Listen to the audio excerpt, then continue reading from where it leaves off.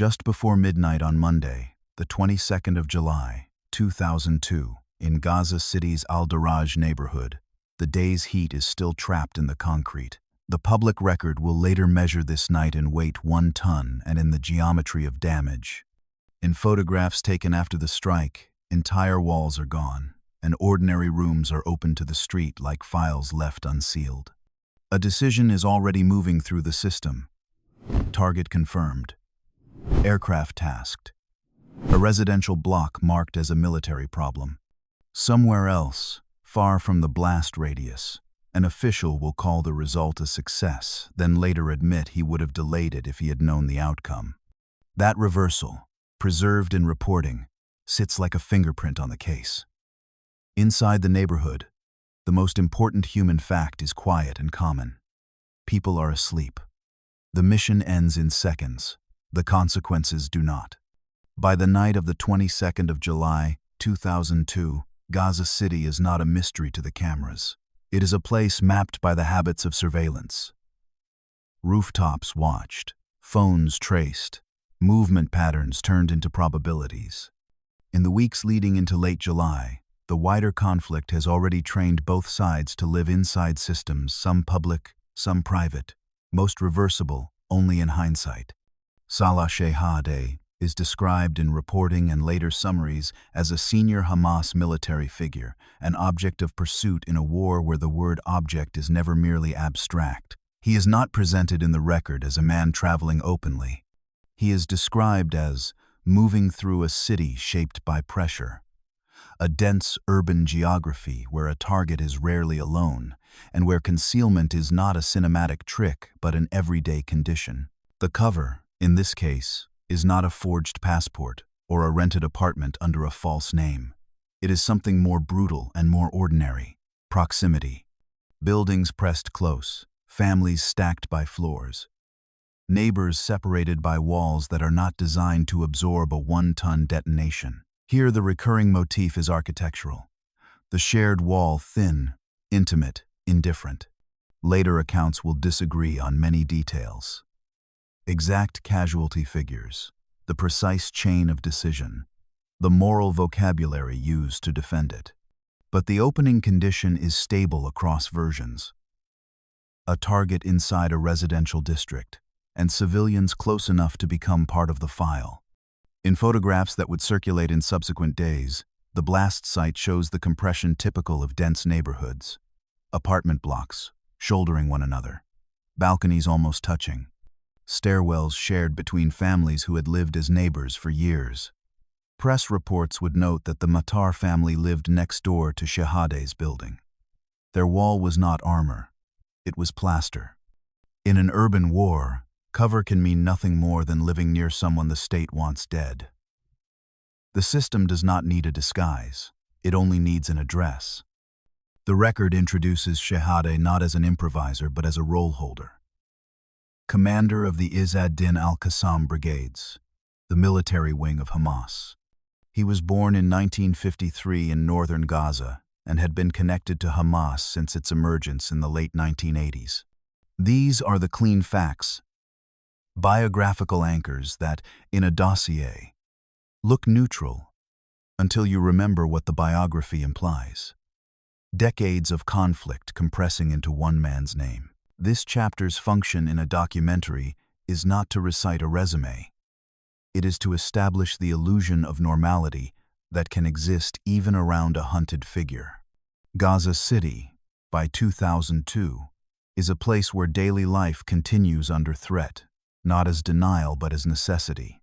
Shops open, families eat, children sleep, and within that ordinary continuity, the constructed identity is sometimes the simplest one: someone who belongs here.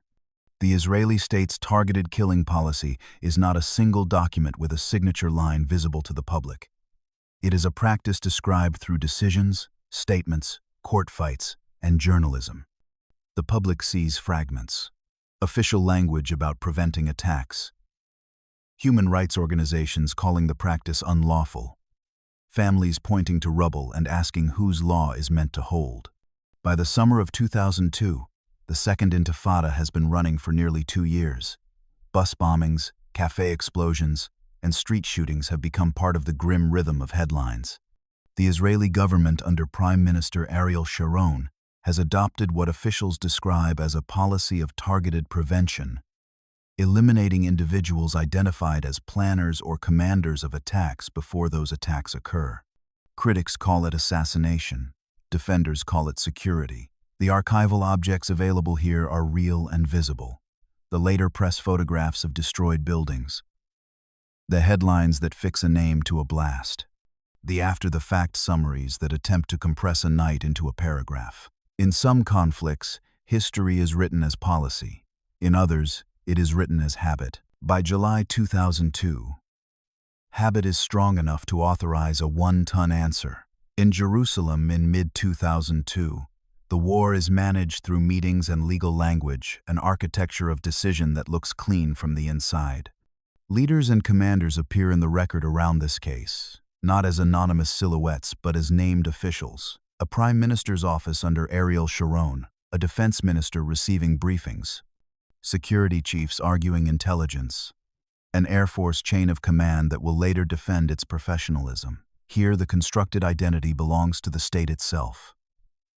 The identity of a democracy acting under threat, claiming necessity. The counter-identity, stated by critics, is the identity of a state normalizing assassination as routine. Both identities exist in the public record because both are part of the argument that follows the blast. In later coverage of the Shahed strike, a line attributed to Sharon becomes a hinge. Initial praise for success, followed by a statement that if he had known the outcome, he would have postponed the assassination. Whether a viewer hears that as remorse, strategy, or politics depends on what they bring into the film. The dossier does not tell them what to feel. It only notes that the line exists and that it is spoken after the dead are counted. The Israeli Air Force, in 2002, operates under a doctrine of precision. Its F-16 jets can deliver ordnance to specific coordinates. But precision is a word that describes mechanics, not context. A bomb can land exactly where it is aimed and still kill people who were never named in any file. Defense Minister Benjamin Ben-Eliezer would later receive an inquiry into the strike's outcomes. The military establishment maintained that the target was legitimate, the operation lawful. But the cost, the children, the neighbors, the shared walls would become a different kind of document, one that could not be classified away. A state can survive on security. It can also fracture on the methods it uses to obtain it. The file is about to move from planning rooms to bedrooms. By late July 2002, the target is both specific and symbolic. Shahed is not treated in reporting as a minor figure.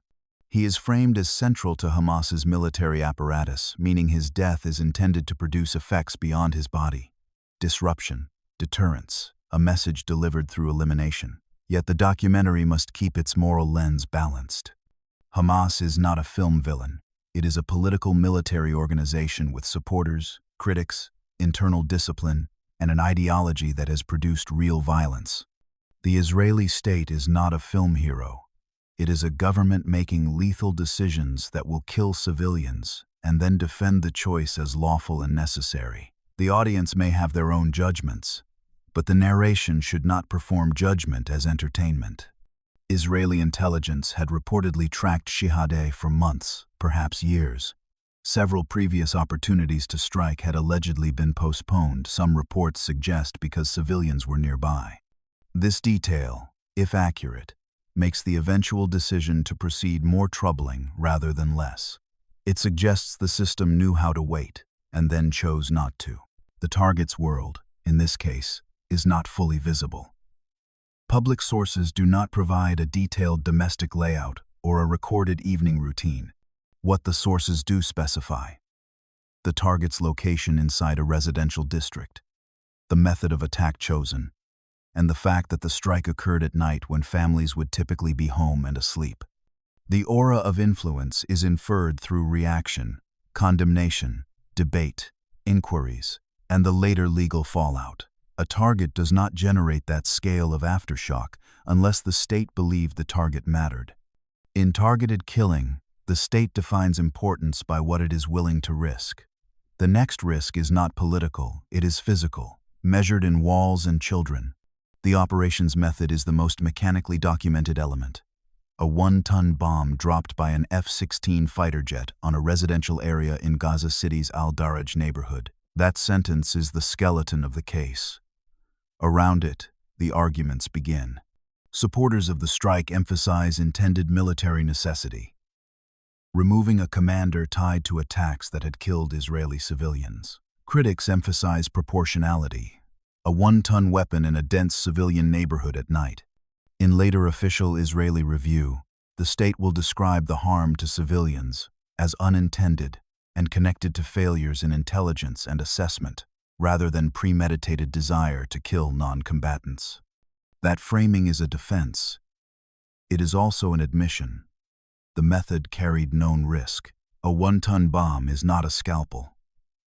It is a blunt instrument designed for targets that can absorb the collateral. The question, never fully answered in the public record, is whether those who approved the strike truly believed the surrounding area was empty, or whether they calculated that the target's value outweighed whatever else might be destroyed.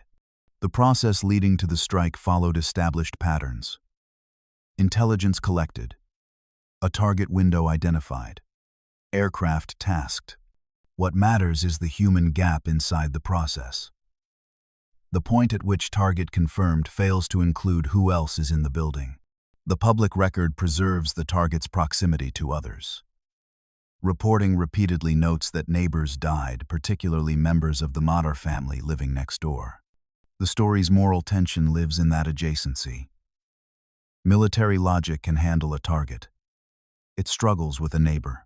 Precision is not only where the bomb lands. It is what the intelligence chooses to see. In Al-Daraj, the intelligence will miss a wall's thin truth. Shortly before midnight becomes the crucial phrase. Night changes the moral temperature of a strike. A daylight attack carries witnesses and movement.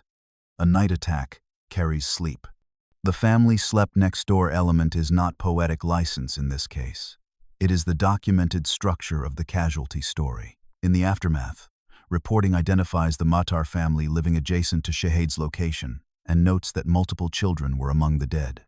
Some sources give totals that vary: how many civilians, how many children, how many injured, but they agree on the core.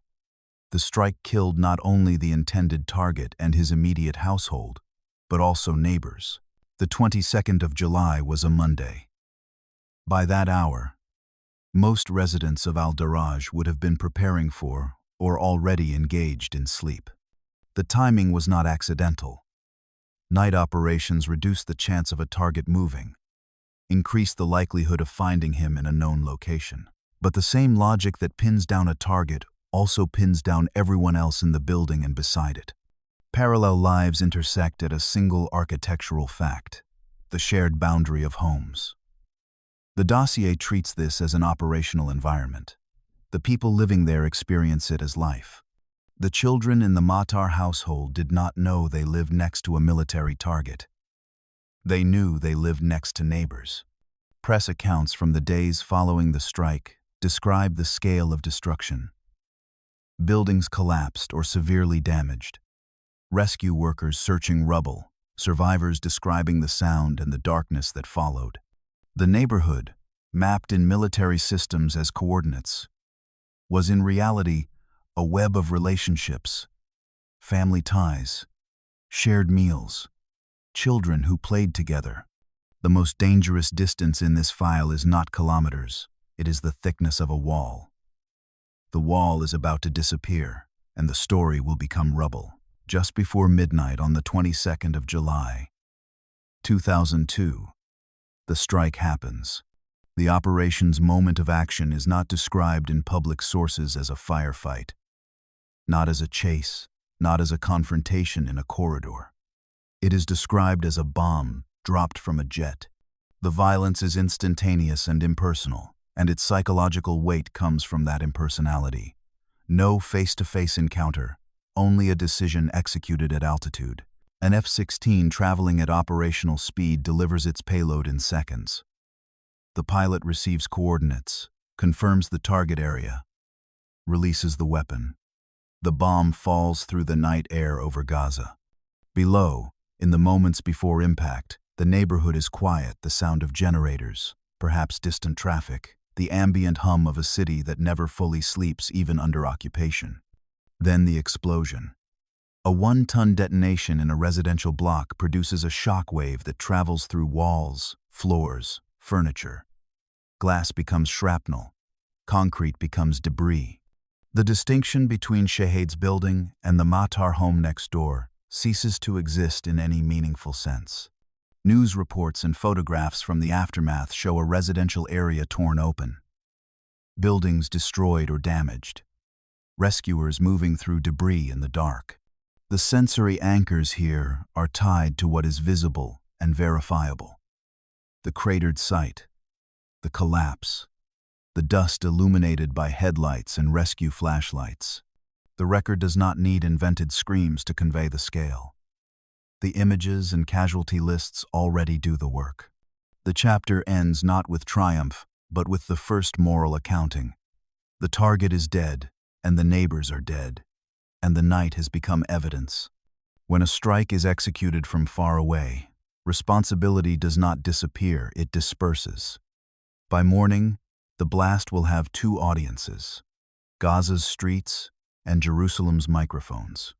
On the morning of the 23rd of July, 2002, the public argument begins forming while the debris is still fresh. Israeli officials describe the target as a major militant figure. Palestinian officials and witnesses describe the dead as families. International coverage carries both frames in parallel, often within the same article. The Second Intifada has turned daily life into a sequence of attacks and reprisals, and targeted killings have become one of Israel's tools for prevention and punishment depending on who is speaking. In this context, the Shahed strike stands out not because targeted killing itself is new, but because of the scale of civilian death. The documented toll becomes the story's anchor. Many accounts describe 15 dead, including Shahed. Several emphasize that children were among the casualties. Injury counts vary widely across early reporting and later summaries. Sources differ, and the center of gravity remains. Civilians died in significant numbers. International reaction is swift. The European Union issues criticism. The United Nations expresses concern. Human rights organizations condemn the strike as disproportionate. Within Israel, some voices defend the operation. Shahed, they argue, was responsible for attacks that had killed dozens, while others question whether any target justifies this method in this setting. This chapter should feel like the turning of a reel.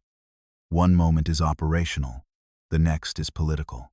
The same blast that collapses buildings also collapses narrative control. Each side seeks language that can survive scrutiny. Hamas vows revenge.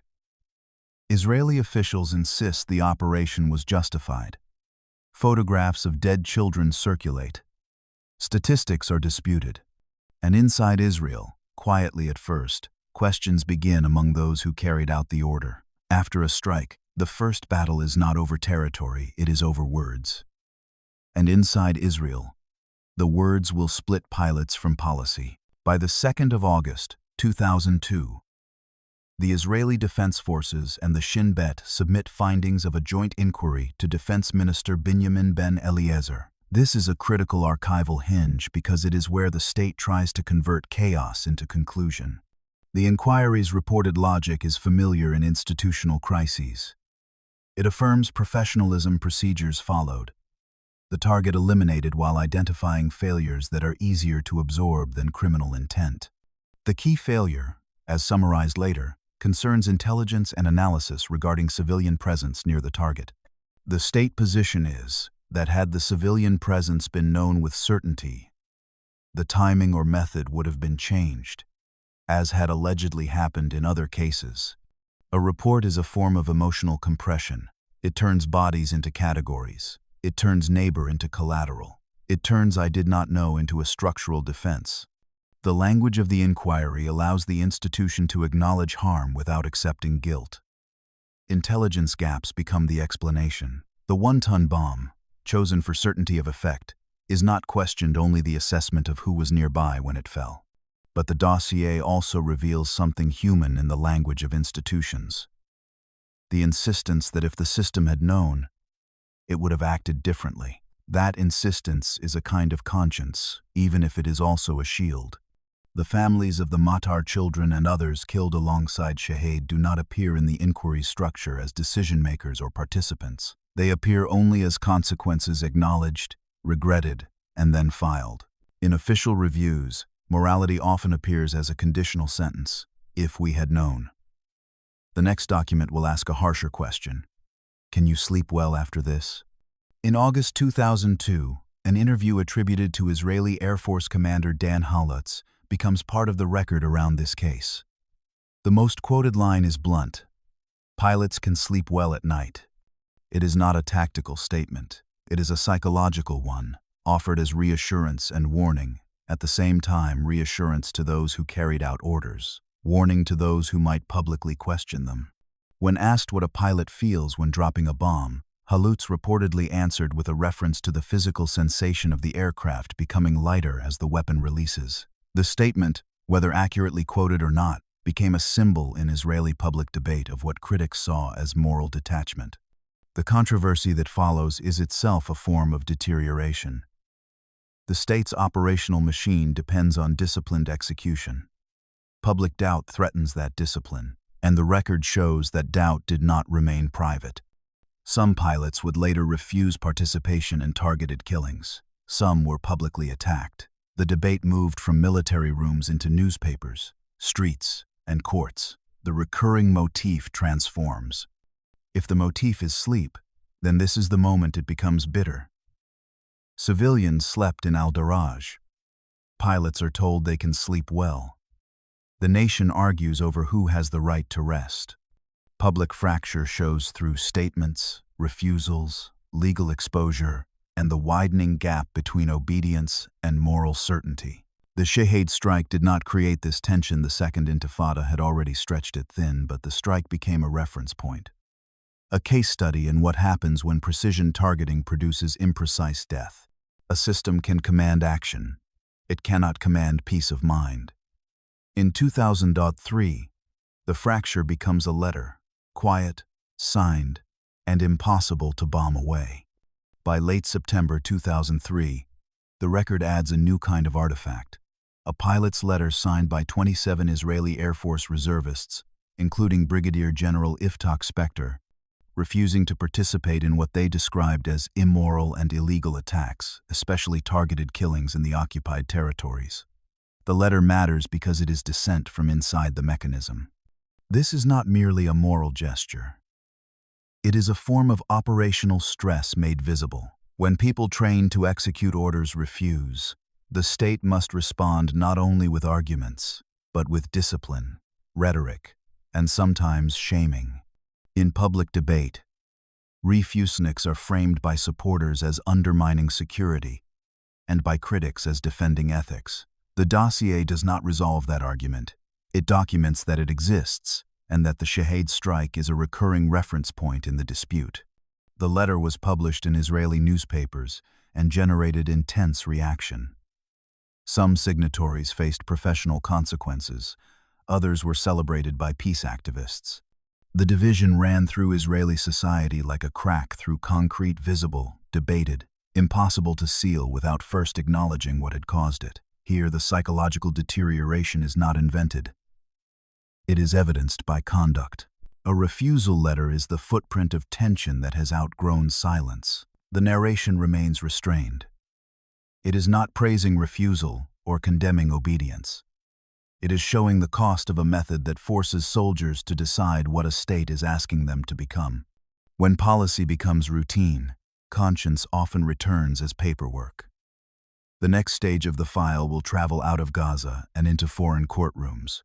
From 2007 through 2011, the Shahed strike becomes not only a moral controversy but a bureaucratic and legal one.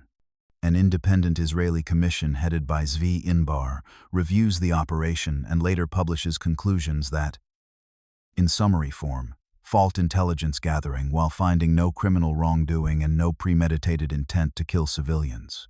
This is a classic aftermath pattern. The state investigates itself. Critics reject the adequacy. Supporters cite the process as proof of accountability. But the dossier's value is that it captures the institutional attempt to build a defensible narrative. A legitimate strike against a militant leader harmed civilians unintentionally. Procedures improved afterward.